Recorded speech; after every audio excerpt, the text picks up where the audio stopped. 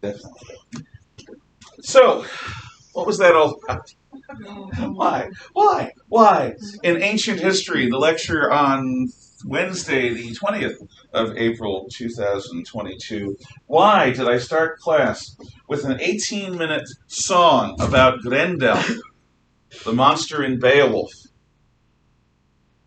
played by Marillion, a 1980s progressive rock band out of Britain? And not just England, the north of England, some Scottish influences, as you will have heard in the guitar, which sounded a bit like bagpipes. I'll tell you what, I'm evil. Oh, I couldn't tell. But on top of that, there is something primal about the Dark Ages. And what's primal about it, and what I mean by primal is primal fears. The story of Beowulf and Grendel is of a mortal man dealing with a monster that has been killing mortal men at will. A monster against whom mortal men have no logical or rational chance. How is it possible that men can stand against such might? The might of a monster that kills at will, and with whom you cannot negotiate, with whom you cannot reason.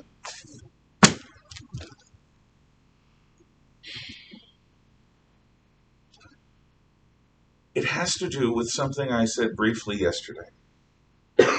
In the Dark Ages, you are alone.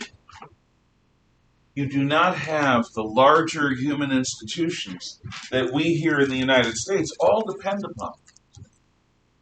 Our peace and prosperity, such as they are, come from a long history where the American Republic has saved the world again and again from various forms of evil.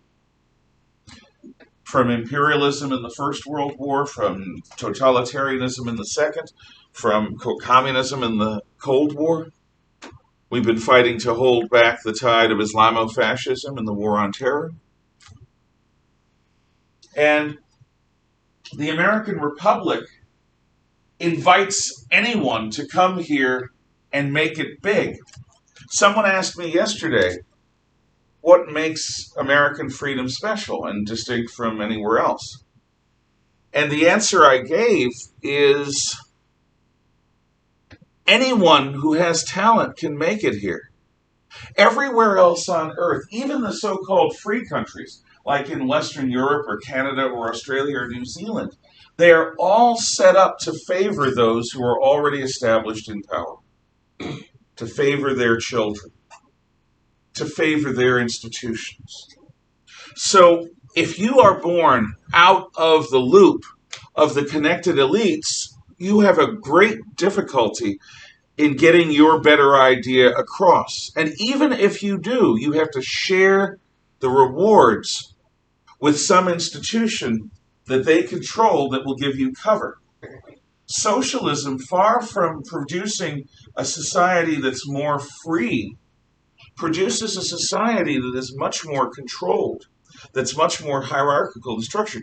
In fact, in Germany, at the middle school level, there's a determination made based on testing and progress that sends you to gymnasium, which is a school like this, are oriented towards preparing people for four-year college.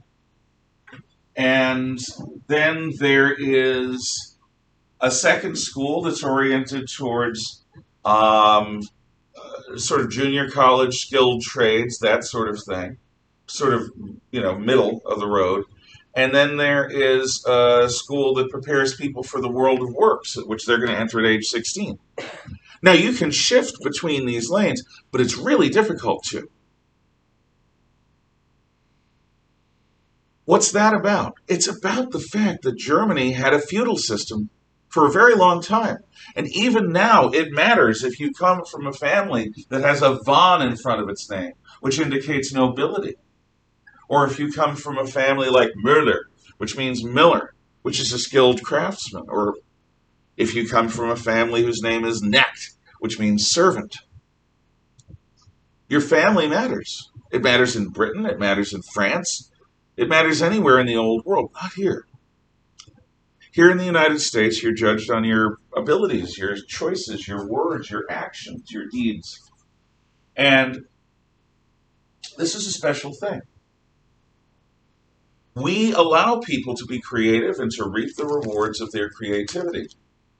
So you end up with some geeks in their garages tinkering around with electronics in the 1970s, and they become Steve Jobs and Bill Gates. Although Jobs invents his own stuff, Bill Gates buys things from others or steals them from others.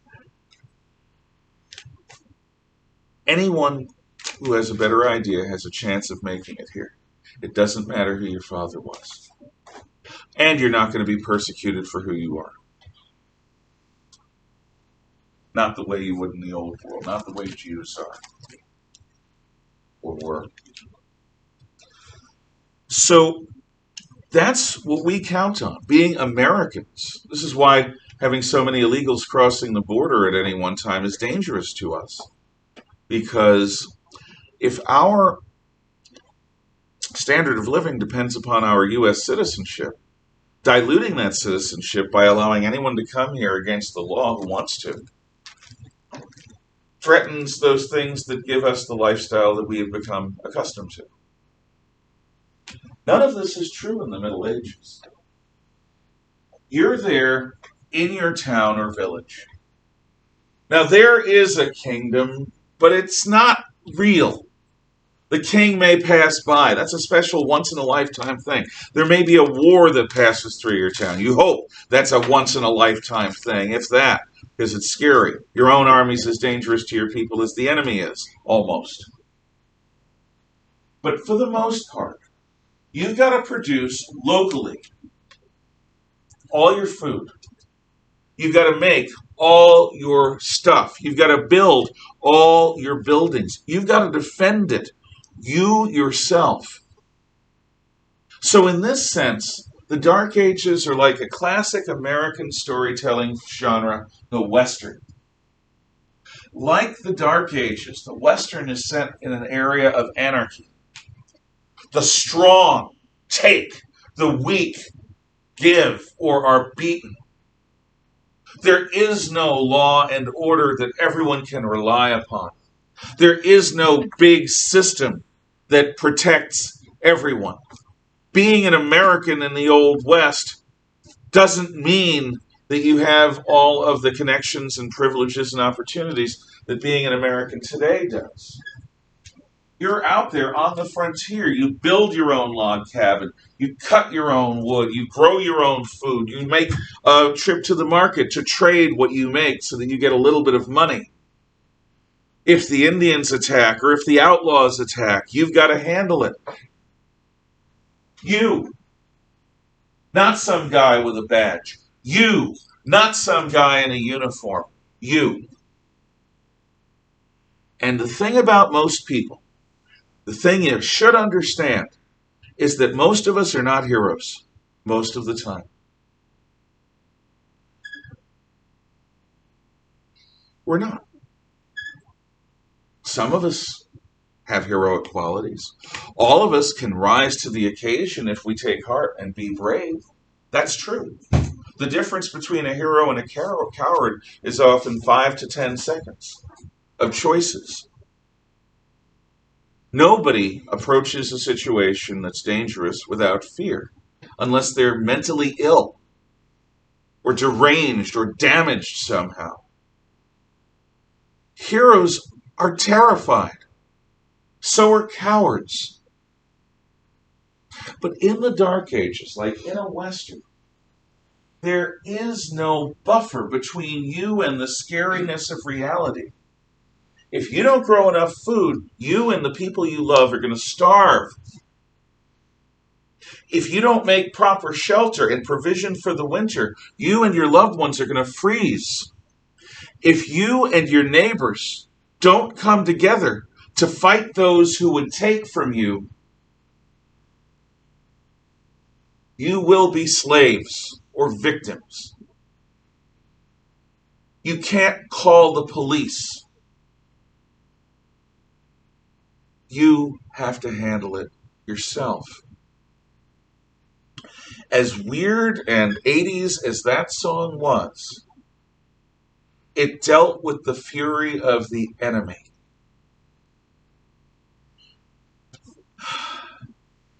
There are people who hate you, no matter what you do, how nice you are, because of who you are to them. Not who you really are, but who you represent to them.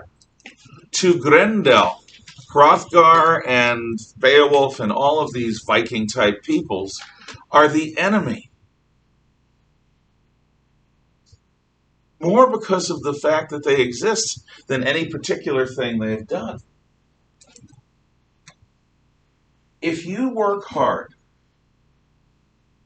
at a farm, on a ranch, at a store, and you put years of your life into making a living and making a reputation, to have some criminal come in and threaten you or your loved ones with death or harm, if you don't give up the rewards that you've earned,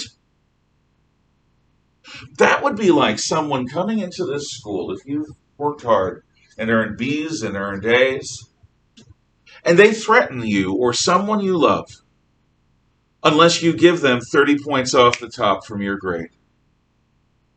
So their F, say you were going to earn a 96. Well, you're back to a 66. That's a D. But they were earning a 56, an F. Now they're going to get an 86, a B. I say this not to be silly, but because you work hard for your grades. I've said many times, I couldn't be a student at this school. The math and science and language would kill me. I didn't have the discipline to do that.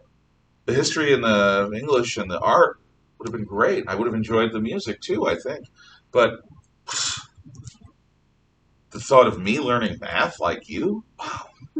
So you all work hard. I know that. Some of you work harder than others. But you do. How would it feel to have somebody steal that from you?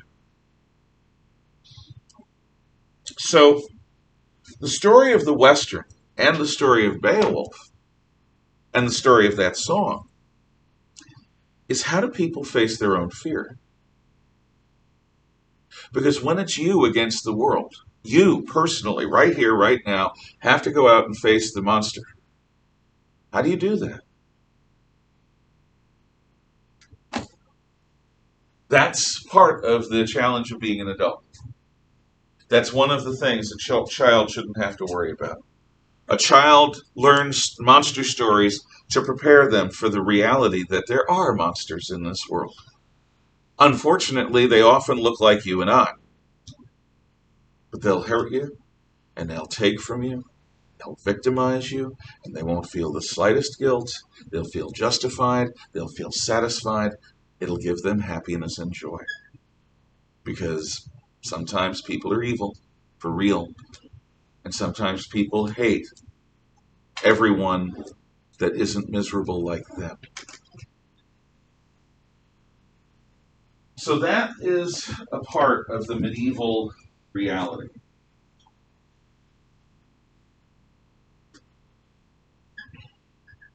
I'm now going to show you something, which I don't think I have to stop for. Will you shut the right light switch off, please?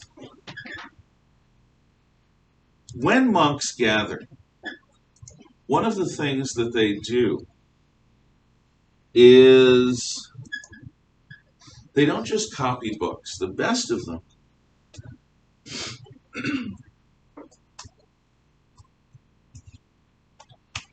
illuminate the manuscripts with art, with geometrical images, with color. They draw pictures from the text that they're copying. And at the big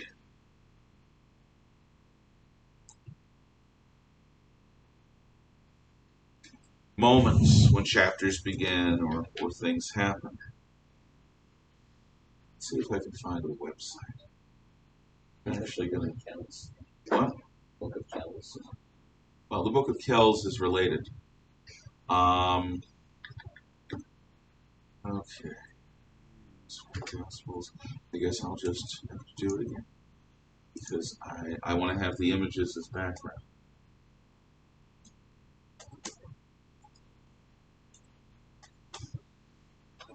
Okay.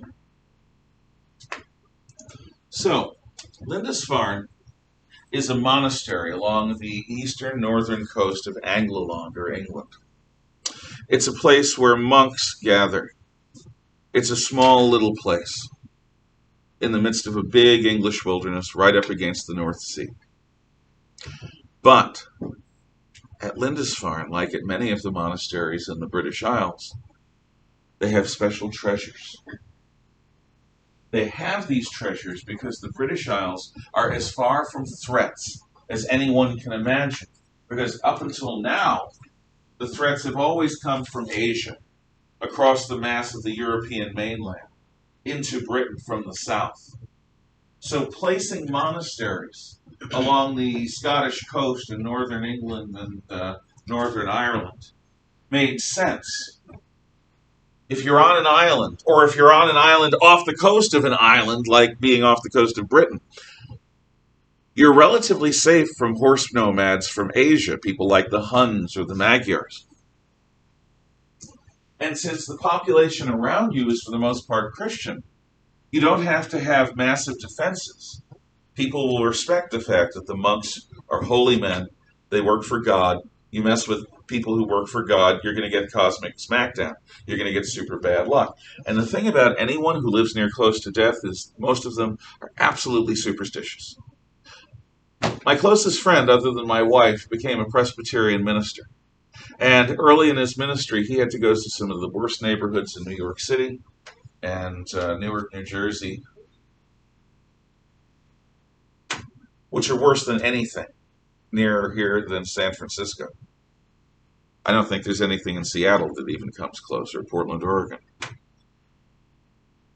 When he wore his collar, he was never afraid, because the gangbangers who ruled the streets would not mess with a preacher, because they lived close to death. I had a friend when I was in high school. After he left high school, he went straight to working, and he worked on a glass truck, one of these vans that has these panes of glass on the outside of them.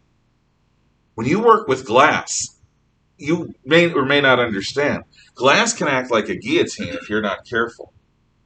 He did a very dangerous job. He had good money after high school. He worked really hard, but you had to be super careful. He was quite superstitious. So was his fiance and wife, because anything that could have gone wrong could have meant his death. He could have been sliced open and bled to death.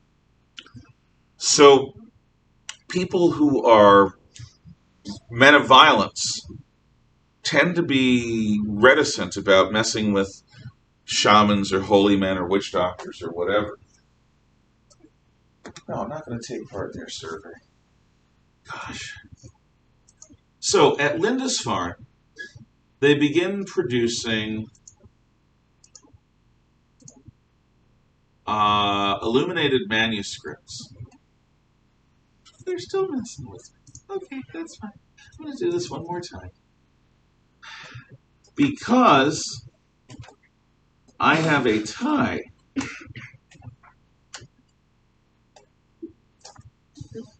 that is based on one. Here we go.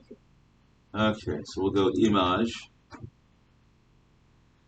tools, size, Largo. Okay. Let's see if I can do this direct. Nope. So fine. I'll open it. I'll open it. Okay. Remember,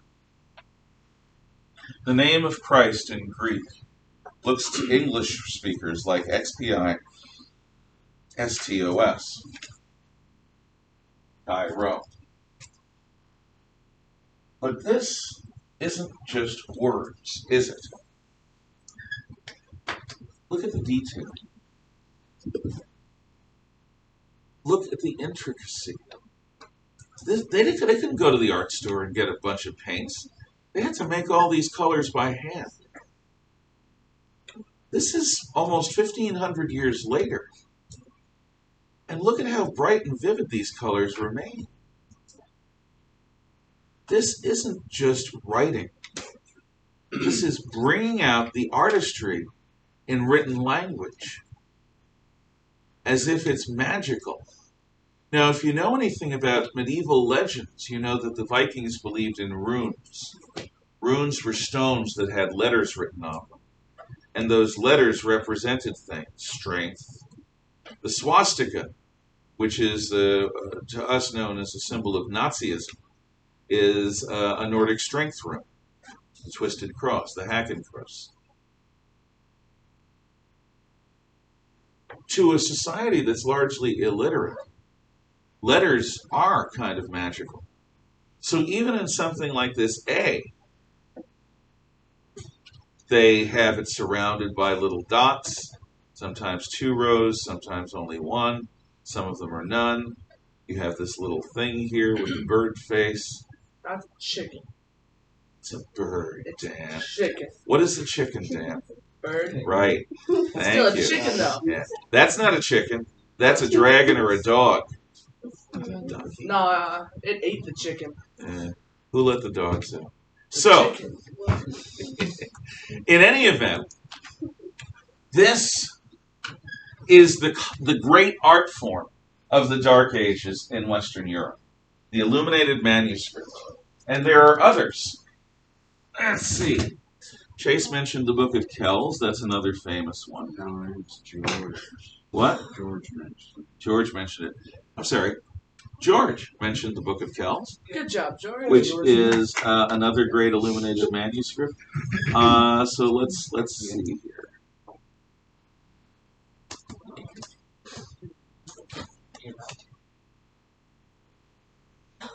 Nice. Okay. Secure connection failed. Try again. Okay, we go to large again. Book of Kells, Gospels,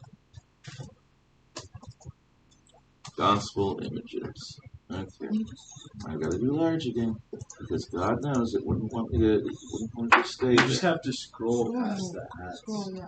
Okay, there we go. So let's take a look here.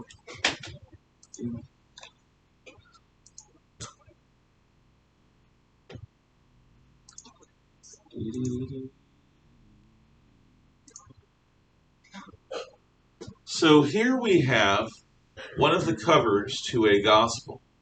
Yes, medieval art is stylized, just like ancient Egyptian art. They don't do realism. They're seen some of the stuff you wrote.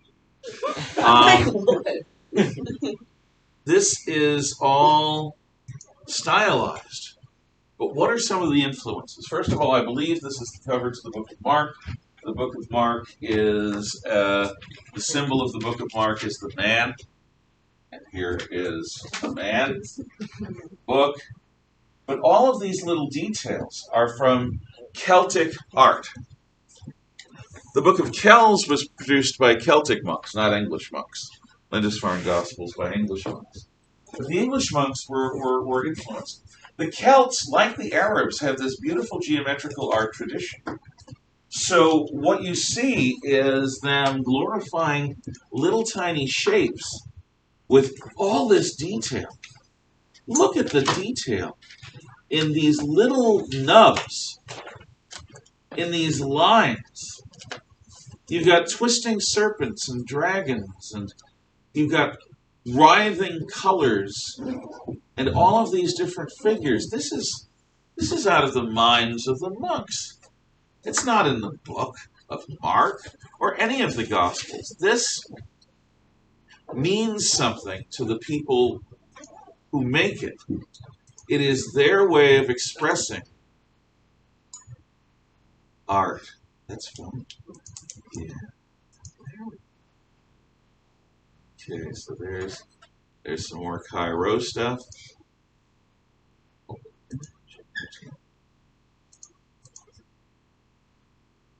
It's just amazing. That's not. Ah, here we go.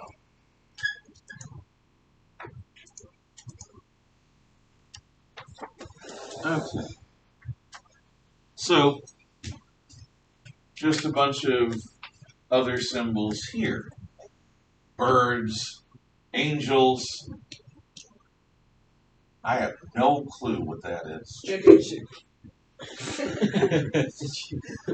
That's an eagle. That's not a eagle. Chicken. Now, you can say chicken all you want, man. Doesn't make it so. It could be a turkey. Ever think of that? Huh? Huh? It's a chicken. You tell me. Now, even this. So, what I want you to have is a sense of what the art was, which is illuminated manuscripts.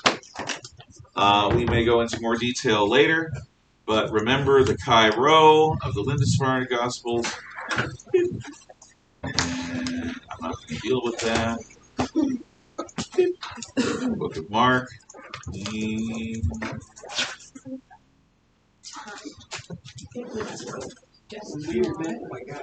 Oh no, it took years. It took lifetimes.